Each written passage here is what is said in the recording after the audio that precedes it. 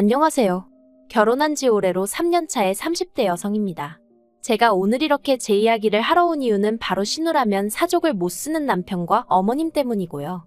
처음부터 둘 다 이런 줄 알았으면 결혼은 안 했을 것 같은데 왜 결혼 전엔 전혀 눈치채지 못했던 건지 모르겠네요.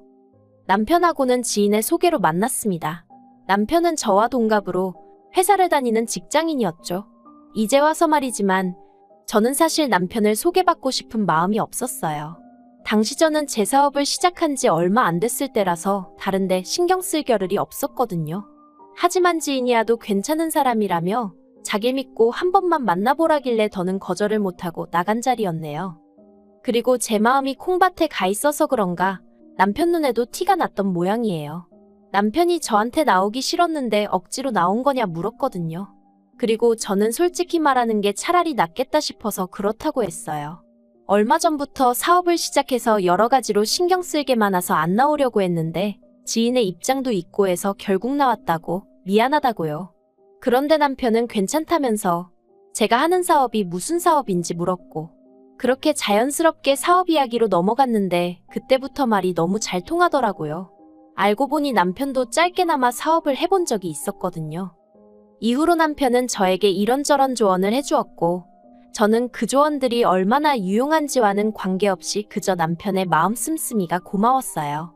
그리고 그렇게 저희는 서서히 가까워지다가 소개받은 지 7개월 만에 정식으로 교제를 시작했죠.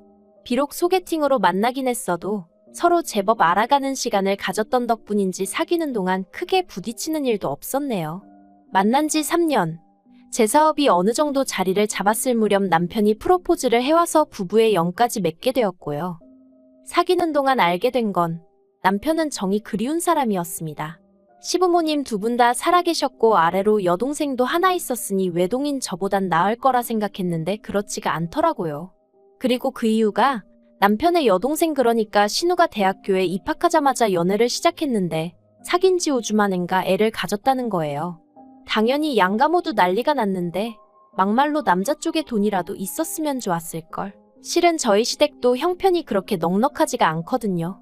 저랑 남편이랑 연애하던 당시 남편이 번 돈의 50% 이상을 시댁의 생활비로 가져다 주던 상황이었으니까요. 아무튼 문제는 심해부 쪽도 형편이 좋지가 않아서 결국 양가에서 둘의 미래를 생각해서 애를 지우라고 했었답니다. 그런데 저희 신우가 어떻게든 낳아서 키우겠다며 급기야 심해부랑 도망을 치고 뭐 난리도 그런 난리가 없었다네요.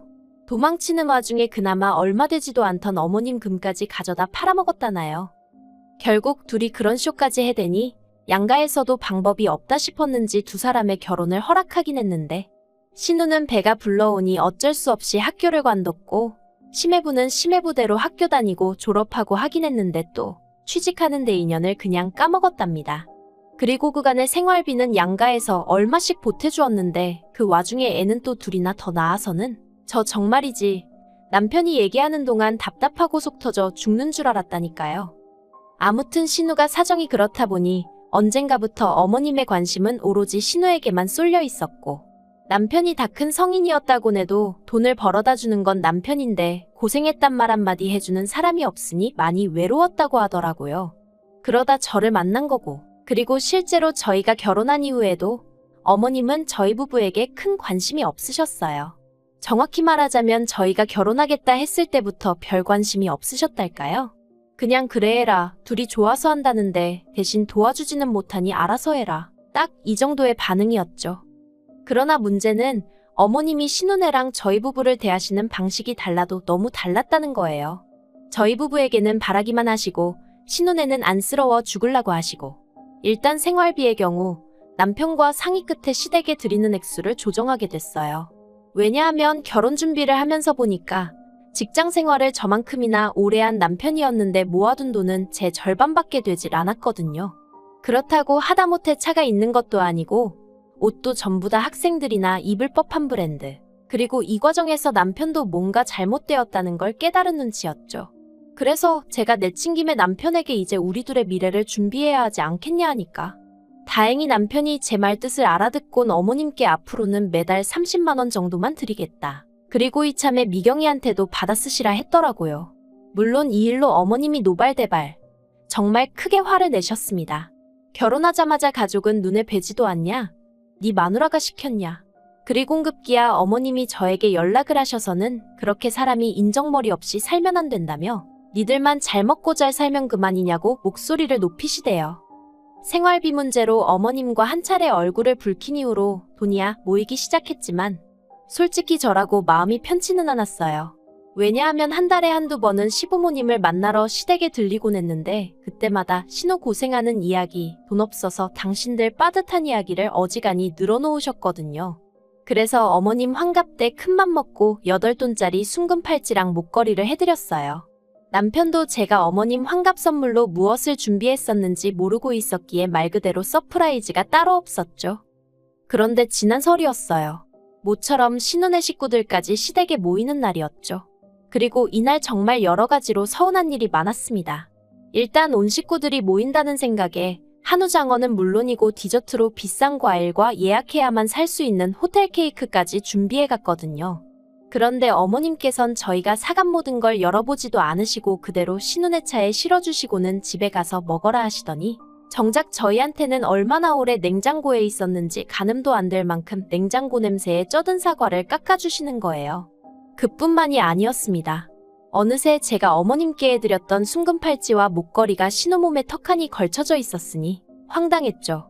그래서 남편더러 저거 내가 해드린 거라니까 남편도 금세 알아보고는 어머님께 미경이가 하고 있는 거 이 사람이 해준 거 아니냐 하고 묻대요. 그러자 어머님이 해줬으면 그만이지 뭘 그런 걸 아는 척이냐면서 젊은 애가 귀걸이 고목거리고 변변한 거 하나 없이 다니는 게 딱해서 주셨답니다. 그리고는 저한테 뭐라 하셨냐면 그러니까 당신 거 살 때 신우 것도 하나 사줬으면 얼마나 좋았겠냐고요. 어이가 없었죠. 하지만 어머님은 계속해서 제가 아직 부모가 돼보질 않아서 당신 마음을 이해 못하는 거란 말씀이나 하시대요. 솔직히 마음 같아선 신우 쫓아가서 전부 다 돌려받고 싶었어요. 제가 속이 좁다고 해도 어쩔 수 없지만 저는 나름대로 어머님께 며느리로서 마음을 드린 건데 그걸 홀딱 신우를 주셨으니 제 마음도 같이 무시당한 기분이었으니까요. 하지만 차마 돌려달라 할 순 없었으니 남편에게 단도직입적으로 말했습니다. 앞으로 그런 선물은 다신 안 해드릴 거라고 그리고 나는 이제 며느리 노릇은 욕먹지 않을 만큼만 하겠다고 했죠. 그랬더니 남편도 자기가 면목이 없다더니 그래도 어머님이 속으론 저한테 미안해하고 계실 거라나 어쩐다나요. 그리곤 앞으론 그냥 우리가 좀 더 신혼애를 신경 써주자는데 이게 무슨 소린가 싶은 게 남편이라고 믿을게 못 되는구나 딱 그 생각만 들대요. 그리고 이후로는 남편이 뭐라건 간에 정말 매달 드리는 30만 원 이외에는 어떤 것도 더 해드리지 않았어요. 그래도 전에는 시댁에 갈 때마다 어머님 모시고 장 보러 가서 20~30만 원치씩 사드리기도 하고 친구분들하고 여행이라도 가신다 하면 밥이라도 한 끼 사시라고 얼마씩 따로 챙겨드리고 그랬는데 그런 것도 다 멈춰버렸죠. 그랬더니 어머님이 차마 저한테 대놓고 말씀은 못하시고 남편한테만 서운하다 어떻다 그러셨던 모양이에요. 그래서 제가 남편더러 어머님이 당신한테 무슨 말씀을 하셨건 간에 나한테 전하지 말라 했습니다. 궁금하지도 않고 괜히 듣고 찝찝하기 싫다고요. 그리고 이때부터 결국 남편과 제 사이도 조금씩 틀어지기 시작했어요. 그런데 이런 와중에 지난달이었습니다. 남편이 저에게 상의할 일이 있다고 하더라고요. 혹시나 돈 이야기인가 했더니 역시나 돈에 관한 이야기였습니다. 저더러 묻지도 따지지도 말고 딱 3천만 원만 달라나요? 그래서 제가 3천만 원이 네 집 똥개 이름도 아니고 어떻게 묻지도 따지지도 않고 턱하니 내주겠냐 했습니다. 이유가 뭔지 들어보고 줄만하다 싶으면 주겠다 했죠. 그리고 참고로 저희 집 경제권은 전적으로 제 손안에 있었는데 그건 결혼할 때 남편이 해온 돈이 너무 적기도 했고 당시 제가 벌어오던 돈이 남편 월급의 2배 많게는 3배까지 되기도 했었거든요. 아무튼 이유를 묻는 저에게 남편은 치사하네 어쩌네 하더니 실은 신우 때문이랍니다. 신우가 심해부 몰래 주식을 했다는 거예요. 심해부가 다른 건 몰라도 주식이니 코인이니 그런 거 했다간 이혼이라고 했었다는데 그걸 기어이 했다네요.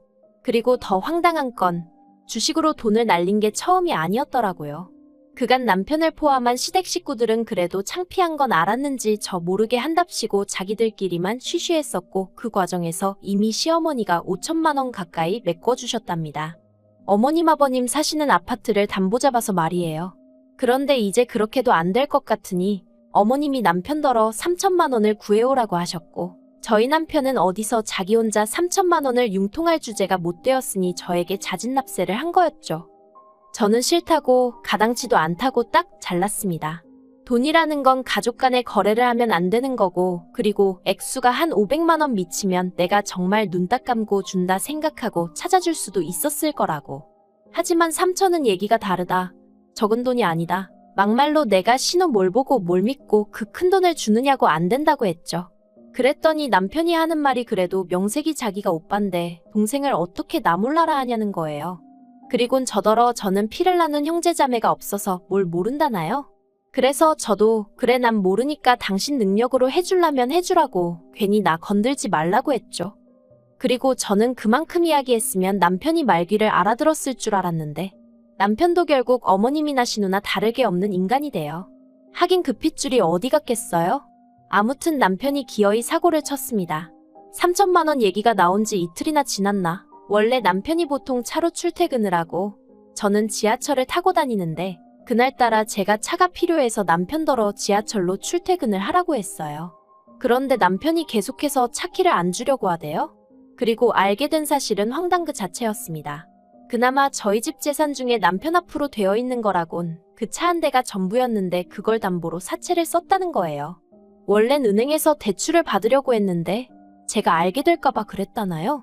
제가 저희 남편이 똑똑한 편이 아니라는 건 알고 있었지만 똥된장 분간도 못하는 줄은 몰랐는데 아무튼 3천까지는 못 받았고 800만 원 받았답니다. 그리고는 그 돈은 이미 신우한테 보내줬다면서 기왕 말이 나왔으니 말인데 저도 차가 필요하지 않냐면서 그냥 가서 찾아오자는 거예요. 제가 먼저 차를 찾아오면 그 돈은 자기가 갚겠다나요? 어이가 없어서 제가 당신 월급이야 뻔할 뻔자인데 무슨 수로 그 돈을 갚겠다는 거냐? 못 믿겠다. 능력되니까 빌린 거 아니냐 그러니 당신이 알아서 찾아오라 했습니다. 그랬더니 이제 난리가 났어요. 저 때문에 자기가 시부모님 들이던 생활비도 줄였고 어머님이 서운해하실 때마다 제 편도 들어줬는데 이번에 오빠 노릇 좀 한 번 하려는데 그것도 못하게 하지 않았냐며 자기도 체면이란 게 있고 사회적 명망이 어떻고 말 같지도 않아서 헛소리 집어치우라고 했습니다. 어머님 때는 그래도 어쨌든 내가 내켜서 드린 선물이었으니 서운하긴 했어도 어쩔 수 없다 싶었다. 하지만 이번 일은 다르다. 내가 왜 신우 주식 빚을 갚아줘야 하냐고. 싫다고 분명히 말했는데 어떻게 나랑 상의도 없이 사채를 끌어다 쓸 수가 있냐. 너무 배신감 든다 했죠. 그러자 남편이 한다는 말이 그러면 자기가 이제껏 벌어다 준 월급 다 돌려달랍니다. 자기도 그동안 할 말이 없어서 가만히 있던 게 아니라면서 이참에 따질 거 다 따져보고 무슨 0에서부터 다시 시작하자 어쩌자 하는데 기도 안 차는 거예요. 아주 어머님이고 남편이고 제 기분 따위는 안중에도 없고 그저 신우한테 어떻게든 뭐 하나라도 더해줄 생각밖에 없구나 싶은 게 그래서 제가 그래 어차피 따지는 거 아예 주거니 받거니 싹 해서 우리 사이도 정리해버리자 했습니다. 그러자 남편이 그게 무슨 소리냐면서 누가 이혼하자 했냐는데 제가 그랬죠. 상의도 안 해.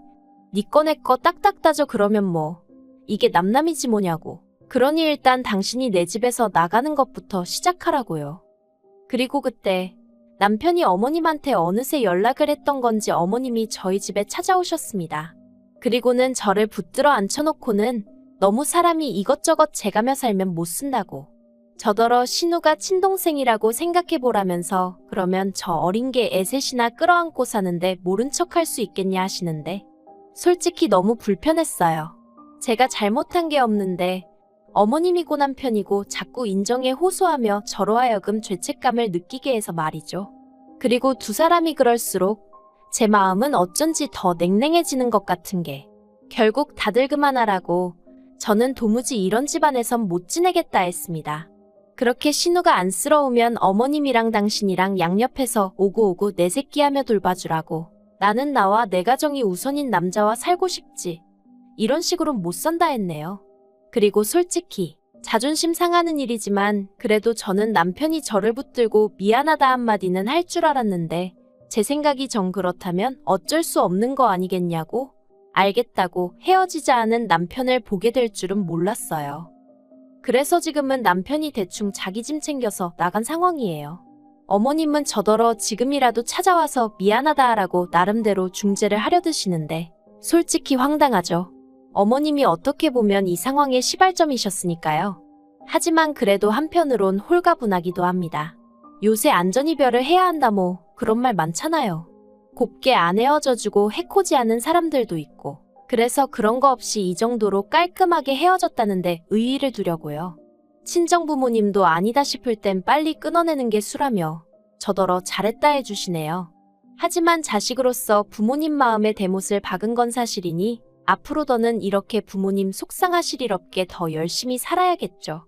그리고 제가 심해부에게 신우주식비 때문에 우리가 헤어지는 거라고 얘기해줬어요. 유치하지만 괘씸해서 얘기해줬거든요. 그랬더니 심해부가 신우더러 애도 네가 다 키우라며 이혼하자고 드는 모양이에요. 그리고 남편은 차를 찾으러 갔더니 2주 만에 이자가 200만 원 가까이 붙었더래요. 그런데 그걸 제 탓을 합니다. 제가 돈을 안 해줘서 써보지도 못한 200을 남한테 거저주게 생겼다나. 아니, 사채가 그런 돈인 걸 모르고 쓴 건가 싶고 황당하죠? 저 혹시 바보랑 결혼했던 건가요? 이제 제 남편도 아니지만 참으로 한심하네요.